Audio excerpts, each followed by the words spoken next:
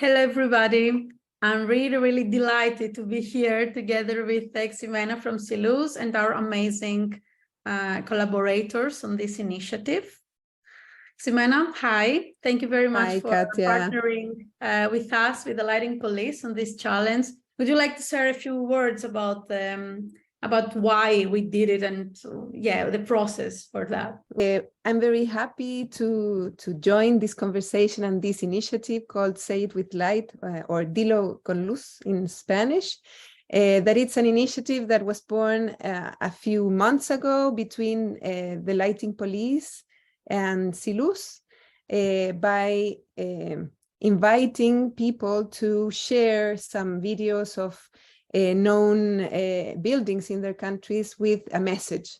And that is why we're having this conversation, to bring the light message into our communication and our lives. So we wanted to make this conversation between Thomas Schielke and the Light Lab to know about them and also get inspired by their vision and their work. Absolutely. Amazing. Thank you very much for giving us the time. So let's start with introducing you guys. We will start with Thomas. Some of you might know already that I have a very strong connection with Thomas Schielke because Thomas has been my tutor while I was doing my master thesis, actually in this specific topic, light and communication. So if I can share a few words for Thomas, it would be that, well, apart from all the amazing work in the research that Thomas is doing, I'm gonna try, Thomas, to share your full biography because it's very long. So Thomas studied architecture at the University of Technology in Darmstadt in Germany and completed also the doctorate in engineering at the same institution. Thomas works as an editor for the lighting manufacturer ERCO, where he teaches lighting workshops and is currently designing an extensive online guide for architectural lighting. And he's the co-author of 2 books, highly recommended for the community to read them. Light Perspectives Between Culture and Technology, and Super Looks, Smart Light, Art, Design and Architecture for Cities, and has obviously published numerous articles on lighting design and technology, as well as many papers, which you can find on his website, which we're going to be sharing further in the descriptions.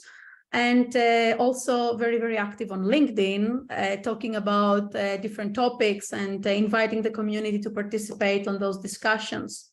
Thomas has also lectured at a number of American and European universities, including Harvard, MIT, Columbia, ETH Zurich, and his regular column, it's called Light Matters in Arc Daily, which discusses various aspects of architectural lighting. Also highly recommend for everyone to watch. So Thomas, you know, I'm always very excited when I talk about you and your work.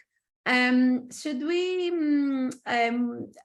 let's go now to introduce the Light Lab, and then following that we're gonna straight get into specific questions that we have prepared for you. And we will let this conversation flow. Great. Thank you, Katia. I will going to introduce the Light Lab. Andrea and Octavio Gana, they are brother and sister, and they have created the Light Lab, which is a collective and studio for art design and experimentation around light, space, and sound, made up of 2 brothers, Andrea and Octavio, the visual and sound artist Andrea Gana, and the designer, artist, and poet Octavio Gana. And they were born in 2009 with the first video mapping they carried out together, and which was also the first one in Chile. They became massively known for the public interventions of poetic, political, and activist art focused on social and environmental issues. The first one was May His Face Cover the Horizon, with the image of the murdered Mapuche community member Camilo Catrillanca in Plaza Italia, and the verse by Raúl Zurita, Zone of Sacrifice, phrase of light that was written on the fumarolas of the Ventanas thermoelectric in 2019. We will going to share those images. Dignidad, a sequence of 7 nights where consecutive words, phrases and verses were projected on a building tower in October of 2019 in Santiago de Chile, accompanying the social outbreak. And during the pandemic and full social crisis, where the projections of hunger, solidarity, and humanity carried out during the pandemic, and which way they received violent, anonymous, and political threats, in addition of censorship carried out by an ultra-right group escorted by the police. These last events made the collective stronger, being supported by other international light artists who raised and support this campaign with projection of no to censorship in different parts of the world. They have participated in many, many exhibitions, festivals, and conferences in Chile and other parts of the world, and they have been also awarded as part of the 100 young leaders in Chile. I know them for a while, and I really, really admire their work, so I'm very happy to have both here. Welcome, Octavio and Andrea, and welcome also, Tomás. I will make the first question for both, okay? What does mean for you light as a language and communication tool? For us, we like the light for its poetical meaning. The light have a symbolical choice of revealing something. And in our case, we use always the reflection. And when we want to talk about, especially with something so delicate, like complex issues or social, political, the light in this way have also a meaning itself. And also the light have also two different things that for us are very important. Is the ephemeral way to use. In our case, generally we project like 5 minutes or 10 minutes, and it's very like ephemeral. And for us, it's also so important that character, and also the ghostly, I don't know if we say ghostly or a phantasmagoric way, and because it's also like a magical way to do it. The people are waiting sometimes, and when the thing appears, it's like a whoa, the whoa factor, yeah.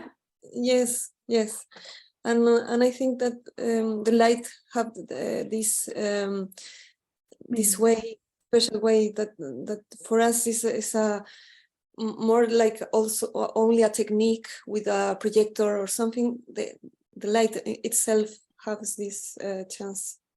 Yes, this is wonderful. Thank you very much. Octavio, do you want to add something? Or yes, I think that is very okay what she said, Andrea. Thank you. But I just want to add the thing that when we put light in some place, it's like that we want to show that place. Sometimes it's a place that it's with a, I don't know, inherent problem of, I don't know, ecological problem or social problem. So we put light in that place. So this place, you have to know it.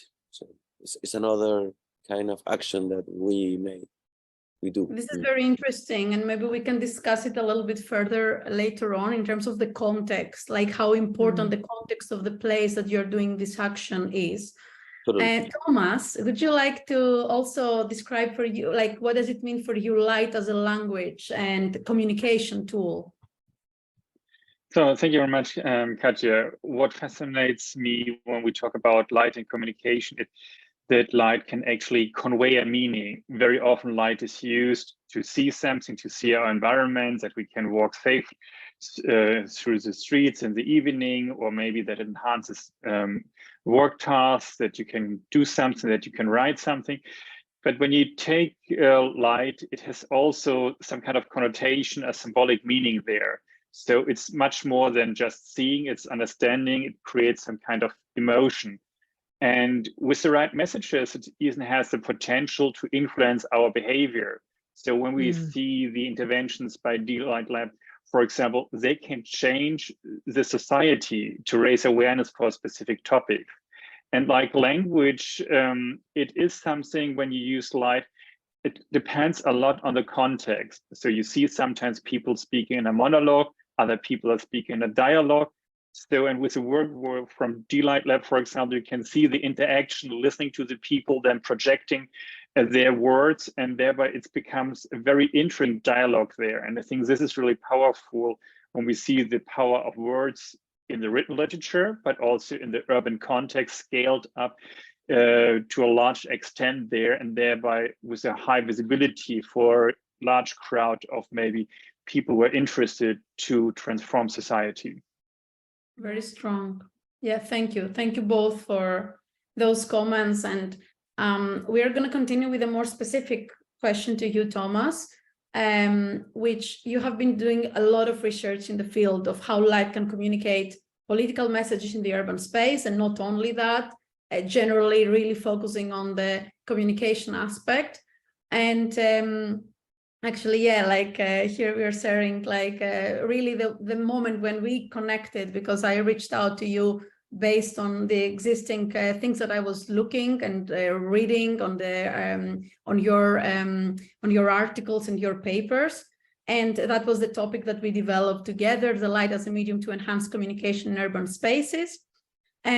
Thomas, what we would like to have here, because this is very connected with the topic of the campaign that we created in collaboration with Ciluz, which is like we ask people to take the landmark, as Ximena mentioned before, and project or use the simple tools on Instagram to add some GIFs or dots and elements, or project a message to give a message across. So from your research and all of your experience, could you select or highlight 3 key points that you would like to share with our communities in terms of the importance of using light as a communication political message? Yes, of course. So since you have done your master thesis at KTH Stockholm, I think the complete dynamics changed and got much faster than before. And I would like to refer, for example, to the war against Ukraine by Russia, where we could see actually that the illumination interventions create faster a response in the public environment than the actual protests of the people going on the streets. So when we look back to the moment on the day where the war started, there were many illuminations worldwide where the flag, the Ukrainian flag, was projected on iconic landmarks. Take the Paris Eiffel Tower, take the Brandenburg Gate, and many, many other buildings worldwide. And then only a couple of days later, on the weekend, the people gathered worldwide for anti-war protests. So this, I think, is a very strong story that today we can see that light is very faster than motivating and empowering people to go for protest, depending on the week cycle. Then we can see that there's a huge technological progress to that. So when we go back maybe almost a decade, there was, for example, the illuminator in New York driving around with a van with a video projector on it, and then projecting logos or information into the skyscrapers in Manhattan. But today we see that worldwide buildings are equipped with technology that we are able almost within 24 hours to do a color coding of many buildings worldwide. So speed and the technological equipment is something which is an aspect which is very interesting. And we could see a shift in the light art scene, that people feel more responsible about what's going on regarding society. Before, it was very often, and when you look especially to light festivals, it's about beautiful illuminations with colors on various buildings, maybe sometimes interactive or dynamic. But now we see a new young generation, either in Chile or in Europe, where the people said, no, there is a need to do something. And so there is more awareness in the light art scene to change society with light. So those are the 3 points from my point of view: the speed of light, the technology, which is available everywhere, and then the mindset of the young generation of artists, and in addition to the established artists working on social change. To think about light as such an efficient way to change behavior. Also, we have seen a lot of social impact projects using light to make streets and neighborhoods more secure, and it's really, really efficient. From just turning on the lights, people change immediately. So it's one of the most efficient tools to make that change. I'm going to bring the next question to the Light Lab, to Andrea and Octavio. How do you use light as a tool? And do you consider yourself light activist or artivist, as you say? And if yes, what does that mean to you? Yes, thank you for the question. Actually, we joined the Illuminator in New York, and we made a collaboration with the collective. Cool. So thank you for the question. We project in the pool, in you know, the symbol. For us, actually, yes, we consider us like artivism, because a lot of times we need to project when something happened. So in that moment, I think that we are activism, but it's not like okay, I want to be artivism, so I am. No, it's like our spirit. I think that is more important to do these things and to make this happen. You know, and go to this place. I don't know, a sacrifice zone, and also have a little security safe to make a lot of these actions. It for us is like we expose a message, but we also expose us for I don't know, police, also people that is not agree with our message, but in the other way are a lot of people that is agree, and we have like this action have a social support. Also in the actions that we made for the environment. I don't know, it's the woods word, but the environment things. Yes, we about our techniques. We use the light with video projections, and also with lasers. But something that I think that is very important is the unconventional way to make art, especially using public places and also, well, in nature too. But the places that we use need to have a meaning in itself to make the complete the complete situation. Yes, yes. Complete the symbol. Yes. Like the moment, and also the place.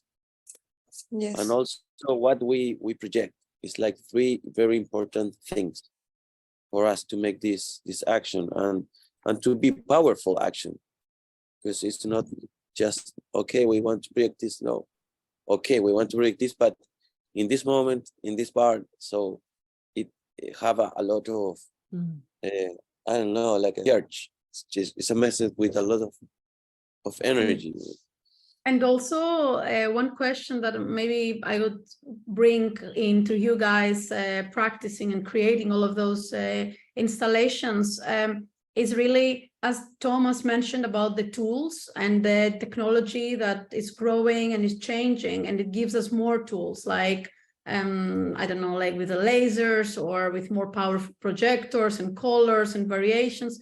So when you create, you decide on the the way that you will communicate the messaging, when you have the place, when you have the tools. What is your process, when you decide the color of this, or the boldness of the letters, or the fonts, the text? Like, are you going through a specific process that you could share with us, just to give a little bit of inspiration to the audience? Yes, it's a very, in one way, it's very, well, I studied science, so I know how to use words and also what kind of letter that we will, I know that the typography, the size, also that kind of things is okay. The other way, maybe the image is like a lot of intuition, maybe when you show the image of Machi Millaray in the natural landscape, that one. In this action, we have Machi with us, and she told us what happened if we put this image. I love this image, a photo that I have. Okay, for us was okay, but very beautiful, because for us like a lot of respect to project an image of a person. It's another process. So we met with her, we put this image, and what's the most important of all this, a lot of this action that we made in this river, this image was the most important. So of course we made, if we use a more powerful tool, we can play with more colors, and also we use a very how you say, like lens, but telescope lens, so we can project very long, like I don't know, 200, 300 meters. So it's a very powerful tool, and that kind of things I don't see like 2 or 3 years ago. I think that, so you see like a development there. Yeah, and actually that links very nicely to the next question that we have for you guys, for both Thomas and the Light Lab, which is, what do you think is the potential, like the extra potential, like in the future, of light as a new way of communication for today's world? And Thomas, you shared already like 2-3 very important points, but would you like to elaborate a little bit more there in terms of how do you see more governments, municipalities, and people all together in various ways and various forms to use this tool that we have? Do you want to share your vision there? Like, what do you want to see? Yes, of course. So I see a big potential that light has become a symbol for solidarity. And like we have seen with the work from D-Light Lab, it's also about empowering people so that their voice is maybe not heard, but then making it visible, and thereby it creates a larger attention. Or take, for example, the Iranian artist Shirin Nishat. She brings a topic from her country to places like London and to get a worldwide audience, so that the people which are not heard in the country of Iran get a voice, especially the women there. And so I think this is a big potential that we today even see the possibilities where we have commercial surfaces like these billboards are used maybe just for a couple of minutes, but for art projects. And that we have seen that there's an interest to break commercialism here, not only to show back-by-back advertisement, but have an intermission and saying something, there's more in the world, and we would give some kind of value and attention to suppress people there. I think this raising awareness there, we can see at very commercial hotspots like there at Piccadilly Circle. And we see that it's also kind of important to get an idea how you create an image. So just Octavio answered this a little bit. There's a style about, you can either take some kind of pictogram, which is very generic, but here Shirin Nishat decided these are hands by a young woman. And you see that this is in Farsi script there. So this is related to a specific language, and then you can see the actual bullets there and understand what kind of contrast is there in a country where you can't read all the literatures and that you're suppressed by male power there. So this is something where we see very creative interventions with light, and that there starts an exchange of information and culture ideas to think about how we can live better with freedom. This would be my view on this question. So, thank you. Octavio and Andrea, would you like to also comment on that question, please? What do you think your vision, like your vision for the potential of light as a new way of communication for today's world? I think that it's not so new. I think that the light have a meaning in very antique cultures. Also, when you go to Machu Picchu, they have an architecture especially designed for the light, like a ritual light, and also in some pyramid in Mexico also. And when you study the origins about this, because with Octavio we research a lot in our when we studied in the university about what we are doing this and what is the origins, and when you start to study, you say you can realize that it's not something new, and in our case I think is maybe the new thing is one thing. You have the technology is always changing, and you have more powerful projectors, more powerful lasers, I don't know why, but the way that you use that tools is the thing that you can not forgive, not lose the antiques, and especially in this image that we are showing, Portal is our next step, I think, or something parallel or between of our investigation.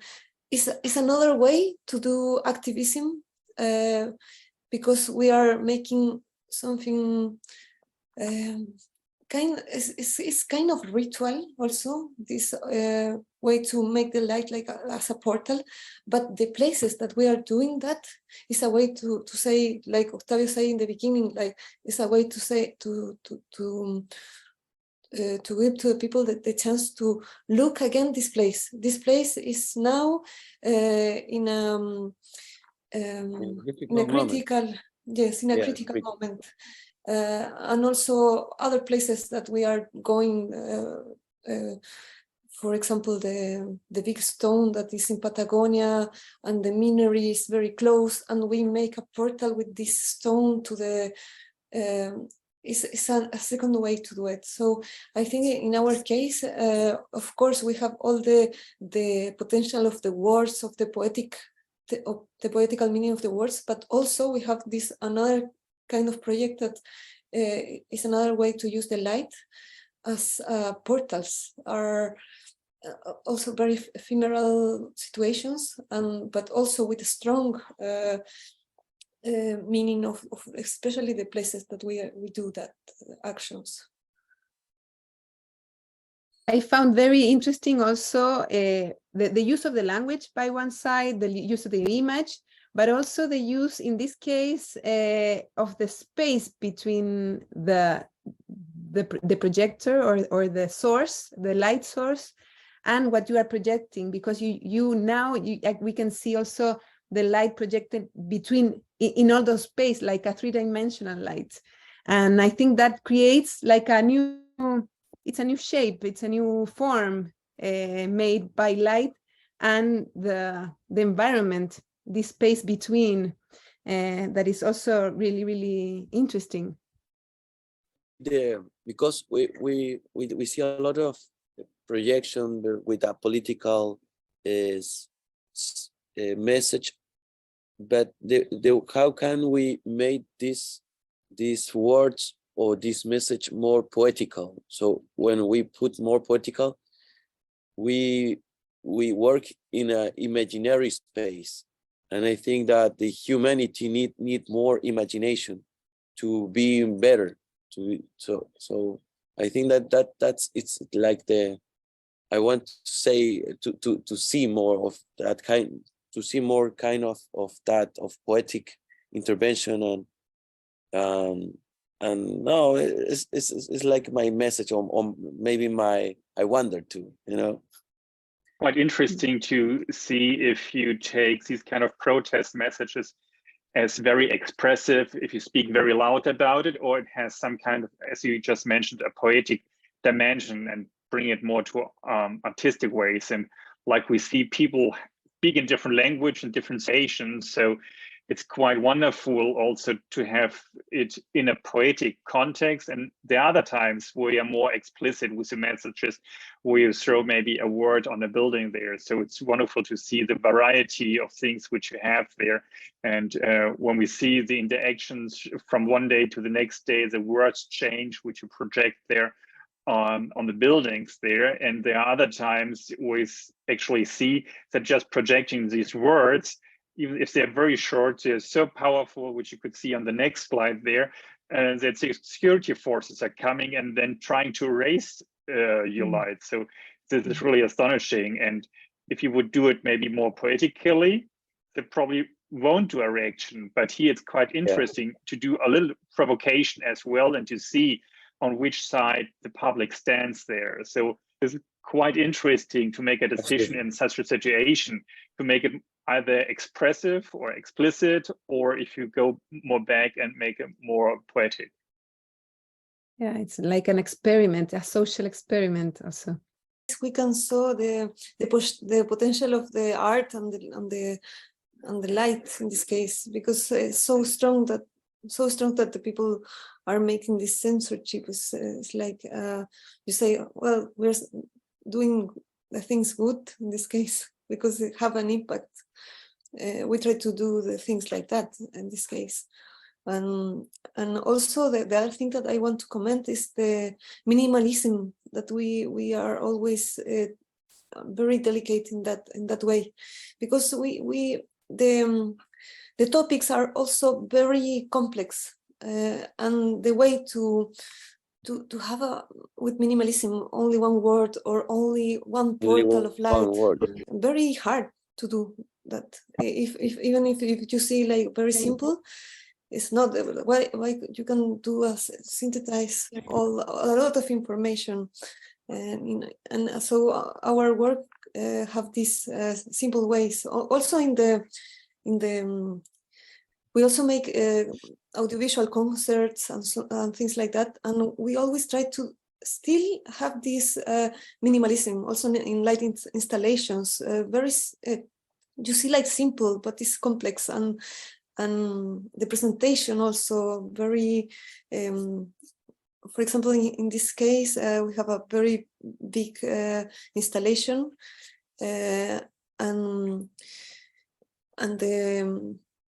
it's like a frame of a video that we make for virtual reality, and we see the monument in this case, like in a point of inflection, is a moment that is broken and very symbolic. Every light is the people who is dead in this moment, the people who fight, and also yes. But still, even if this is a different way that we are doing art, also we still have the light. It's not a projection, but have this way to have the political and also the reflection and also the presentation in the minimalism that I am talking about. And the scale also. And yes, the big scale for us is also important. Yes. Yes, also in this case, that we are still big scale floating of in joy about this work that we made in March of this year. Was the 10 years of ALMA, Observatory ALMA, and we have the invitation to go there and make a little residency to make this big audiovisual concert. We also make music with Octavio, and we invite here different collaborators like Marco Martinez, Omni Sound with Christopher Manhey, and Stecher with the sound system, very surrounding effects, and also have the singularity to do different moments that explain the investigation of Alma, but in our way to also to interpret. Interpretation, exactly. Interpretation. Wow. And also very minimalism at the same time. Every moment there was an interpretation with the light, with the laser, and it was an honor to have the chance to project in one of these giant antennas, the same antennas that saw and reveals so many things that are still amazing, like the black hole, for example. So for us, also this kind of project for us is also like another kind of portals of lights, and have that chance also because it's also a different way of communication. For us, the communication is some keys. For example, is when we project time ago in Telefonica Tower, also was a place of telecommunications, and antenna of Alma also is a way to communicate with the universe, and it's more insane if you think in perspective. And still we are, I think our part of hearts are in Alma. Yes, very happy. And sounds really incredible, and really kind of, going from one type of project to the other, and the different tools and the different characteristics, but the different context and the space and this vocabulary that you are using is fascinating. I think that gives us a very good point in terms of the overall perspective. I think that we could stay here talking for hours, because I personally have so many questions, and I'm sure that all of us have points, but being aware of the time and closing with one question that we have prepared for you. Basically, the campaign is called Say It With Light, or how's in Spanish? Dilo con luz. Dilo con luz, yes. So I would like to ask first Thomas.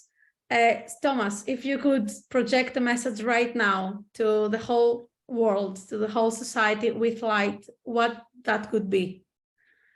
So I would refer, I would refer a little bit to the artwork of Yoko Ono, Imagine Peace. So I would say, imagine peace, freedom, and fix the planet, please. Thank you. And what about you guys? I project also the word imagination. Never stop to imagination. Something like that. To imaginate. Cool. I think that's very strong. Andrea, do you want to add something there? Like, what could you? I think hope. Hope. Yeah. For me, it would be peace. It would be global peace. Ximena, what about you? For me, I think calm. Calm down, like stop for a while and calm down. Yeah. Wow. Calm peace. Yeah. Yeah. Actually, I think in the end of this, one of the things that we can create will be like a collage of all of those words, and hopefully this can lead to inspiration for like a global project, because I mean, I wasn't planning to share that, but I do want to share it in that way, that after this theoretical research and the collaboration with Thomas and a constant growth of this topic of researching all of those different things, as a lighting designer myself as well, my biggest vision and goal here is to create a big global activation in multiple countries around the world. And of course, you are obviously, Andrea and Octavio, you're straight away right now invited to be part of this. And bring the light with all of your experience. And of course, with Thomas, we have already kind of have discussions about this. And Ximena, the same for you. Like I was in Mexico a few weeks ago presenting this specific topic in the IS Mexico conference, and there was a lot of interest from all the participants to do something together as designers, as educators, as people. So I think that this conversation can actually lead to a global project that we can all contribute and make a collective impact at the same time in different places around the world. So from my side, I would like to thank you very much for being part of it, and for Ximena for organizing this and giving us this opportunity to collaborate. And I would like to say a big thank you to the Lighting Police team, Dipali, Sirsat, Anastasia, Angeli, and Tanzina, who is our newest part of the team. And well, like, thank you for your time and your valuable input to all of you. Thank you, Thank you for the great Katia. session Yeah. today. Thank you. Very charming conversation. And thank It you was for the really great. invitation. Let's keep in touch and being influencers of light. Yes. And hope and solidarity and peace and all of those Yes. amazing things that you do and inspire. Thank you. Thank you, everyone. Thank you. Bye. Welcome. Bye. Bye-bye. Bye-bye. Bye.